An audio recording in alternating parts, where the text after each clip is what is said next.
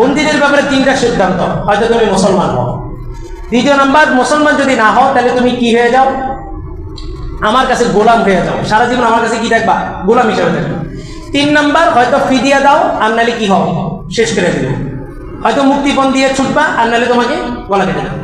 আল্লাহ রসুল বললেন না, টাকা নেই, টাকা নিলে আমাদের ইসলামিক স্টেট গঠন করা যাবে, ইসলামিক রাষ্ট্র গঠন করা যাবে, মজবুত হবে, আমাদের টাকা পয়সা দরকার। হযরত ওমর বললেন না, ওরা আসছে আমাদেরকে হত্যা করার জন্য, এখন বন্দী হয়েছে, ওদেরকে আমরা কি করবো, হত্যা করবো। আল্লাহ তাআলা আয়াত নাযিল করেন, তুরিদুনা আরাদাদ দুনিয়া ওয়াল্লাহু ইউরিদুল আখিরা ওয়াল্লাহু আজিজুন যু ইনতিকাম। তোমরা দুনিয়া চাইতেছ আর আল্লাহ আখিরাত চাইতেছ। হযরত ওমর ছিলেন মুহদাস, যার দ্বীনের চাকিদার উপরে আল্লাহ তাআলা কোরআনের 22 জায়গা 22টা আয়াত নাযিল করছেন। বিচক্ষণতা, মুমিন কখনো কাফেরের সাথে আপোষ হতে পারে না। যেই সংজ্ঞা, যেই সঙ্গ, যেই জাতিসংঘ শুধুমাত্র ইরাকের একটা অঞ্চলের মধ্যে, ইরাক এত বড় দেশও না, শুধুমাত্র ইরাকের মধ্যে বিগত সময় 25 লক্ষ শিশুকে শেষ করছে। যে সংঘ চুপ ছিল, যে সংঘ পশ্চিমাদের কথায় চলে, পশ্চিমাদের সুরে কথা বলে, যে সংঘ আজ পর্যন্ত ফিলিস্তিনের 100 বছরের ট্রাজেডি বন্ধ করতে পারে নাই, কোনো ভূমিকা রাখতে পারে নাই, ওই সংঘ, ওই জাতিসংঘের অফিস বাংলাদেশে এসে প্রতিষ্ঠিত হবে, ইসলামিক সমস্ত দলগুলো ঐক্য হয়ে যেতে পারে, সমস্ত দলগুলো মেনে নিতে পারে। কিন্তু মনে রাখবেন, আপনার ঈমান আপনার কাছে, আপনার ঈমান কোনো দলের কাছে আপনি কি দেন নাই, ভাড়া দেন নাই। আপনার ঈমান আপনার কাছে, একজন মুমিন কোনো অবস্থাতেই এই জাতিসংঘের পক্ষপাতিত্ব করতে পারে না, এই জাতিসংঘের গোলামি মেনে নিতে পারে না, কখনোই না।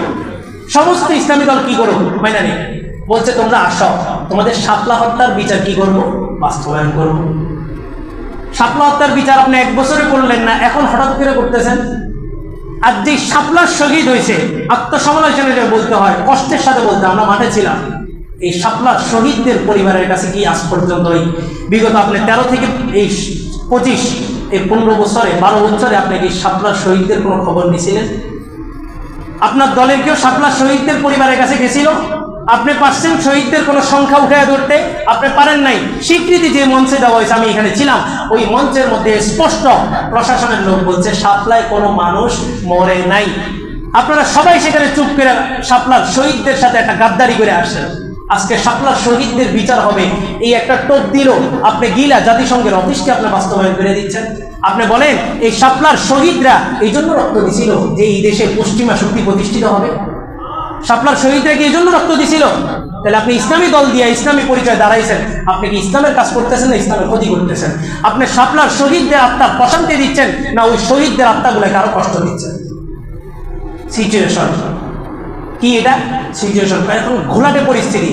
আমার দৃঢ় বিশ্বাস, ইসলামী দল যেগুলো ব্যানার লাগাইছে, ইসলামের নাম যেগুলো লাগাইছে, এই দল সবগুলো একত্রিত হইলে আজও যদি ডাক দেয় 2013 সালের চাইতে ডাবল 3 গুণ বেশি জনগণ তাদের ডাকে সাড়া দিয়ে রাস্তায় নামবে। আজও পর্যন্ত যদি ডাক দেয়, তাহলে এরকম একটা শক্তি নিয়ে আপনি আবার সিচুয়েশন মোকাবেলা করতে পারলেন না। ইসলামকে বিক্রি করে আপনি ক্ষমতা ধরে রাখতেছেন।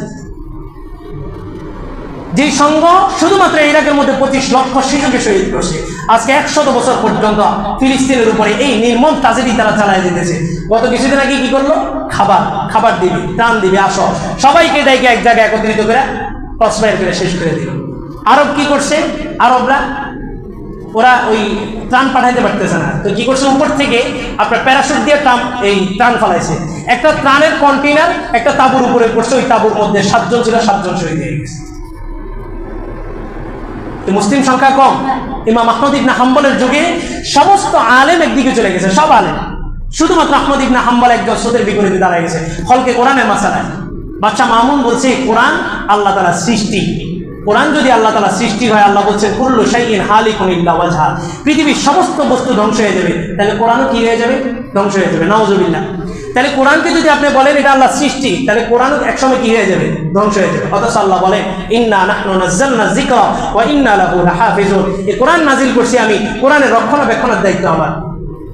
ইমাম আহমদ ইবনে হাম্বল যুগশ্রেষ্ঠ আলেম স্রোতের বিপরীতে দাঁড়ায় বলছেন কোরআন মাখলুক নয়, কোরআন এটা আল্লাহর কালাম, আল্লাহর মুখ থেকে যেহেতু বের হয়েছে, এটা আল্লাহরই একটা সিফাত, আল্লাহ যতদিন থাকবেন কোরআনও ততদিন থাকবে। স্রোতের বিপরীতে দাঁড়ায় গেছেন। সমস্ত আলেম সমাজ সবাই একদিকে চলে গেছে।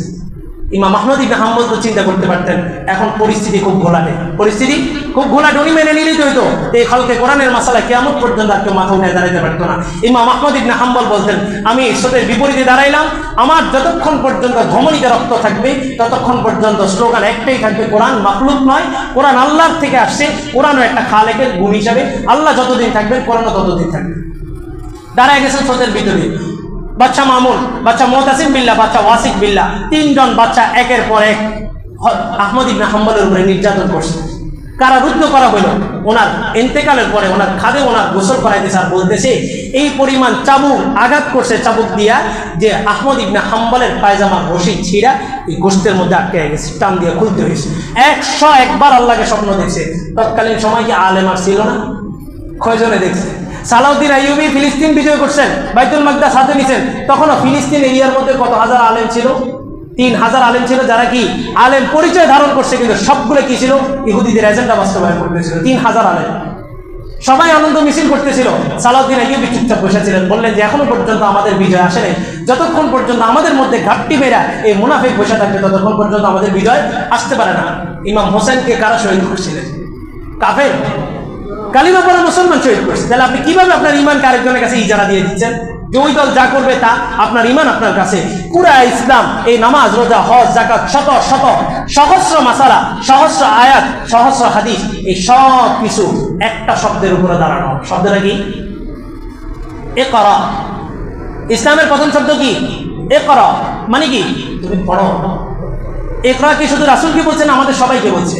সবাইকে বলছে তুমি পড়ো, তুমি ইসলাম জানো।